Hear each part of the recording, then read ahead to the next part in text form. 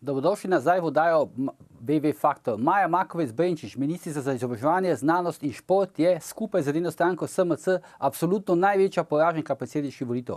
Kljub daleč najdražji kampanji je dobila vsega 1,72% glasov, njeni kolegi, profesori na ljubljanski ekonomski fakulteti, pa bodo znali natančno izračunati, koliko denarja je bilo potrebno za vsakega njenega volivca. In menda naj bi se že zdaj izkazalo, da je Maja Makovec-Brenčič najdražja predsedniška kandidatka vseh časov. Kandidatka, ki pa sicer, kot pravi moj voditeljski kolega Aljuš Petinač, zna poskrbeti za, citiram njegove besede, svoj rit. Poglejmo, kaj je Aljuš Petinač včeraj povedal v oddaji BV Faktor. Lej, takole bi ti rekel, če je kandidatka največje vladajoče stranke na predsedniških volitvah, potem, ko so po nekih podatkih zapravili okrog 100.000 evrov ali celo več za njeno kampanjo, dobi 2% ali pa še manj glasov, potem je stvar jasna. Ne? Prvič, sposobnost presoje v SMC, koga poslati v predsedniško bitko, je enaka kalorični vrednosti lišaja. Namreč jaz gospod Makovec-Brenčič zelo dobro poznam, tudi osebno, in tudi bi rekel, volilno telo je pokazalo, da je tudi volivkam in volivcem jasno, da ona seveda zna zelo dobro skrbeti predvsem za lastno rit, pardon izrazu, ne, dobesedno in v prenesenem pomenu, ni pa to kaliber za na predsedniške volitve.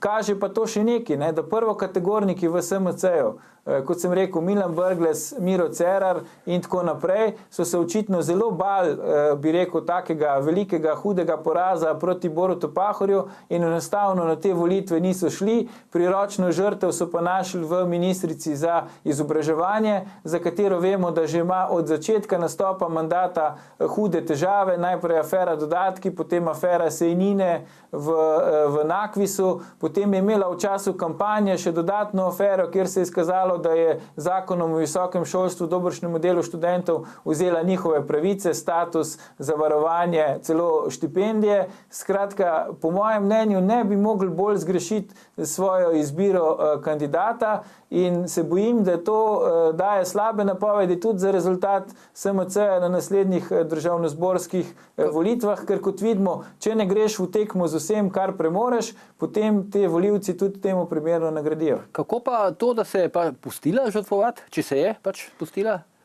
Bojan, jaz poznam zelo veliko ambicioznih ljudi, ampak nihče izmed teh, ki jih poznam, ni pol toliko ambiciozen, kot je ministrica Maja Makovec-Brenčič. No, videli smo, da se je Dimitrij Rupel med tem, kar je govoril Aljuš Petinač o Maji Makovec-Brenčič, enkrat nasmejal, drugič pa malce zmegoval z glavo. Kakorkoli, drage gledalke, gledalci, to je bilo za danes vse, mi pa se vidimo jutri v istem času, ko bomo med drugim komentirali razrešitev direktorja Slovenske filharmonije Damjana Damjanoviča, ki bo tudi tukaj z nami v studiu. Ne zamudite, bo zelo zanimivo. Resnica boli, komentarji še bolj in vse že veste, ni vseeno, kdo kaj reče.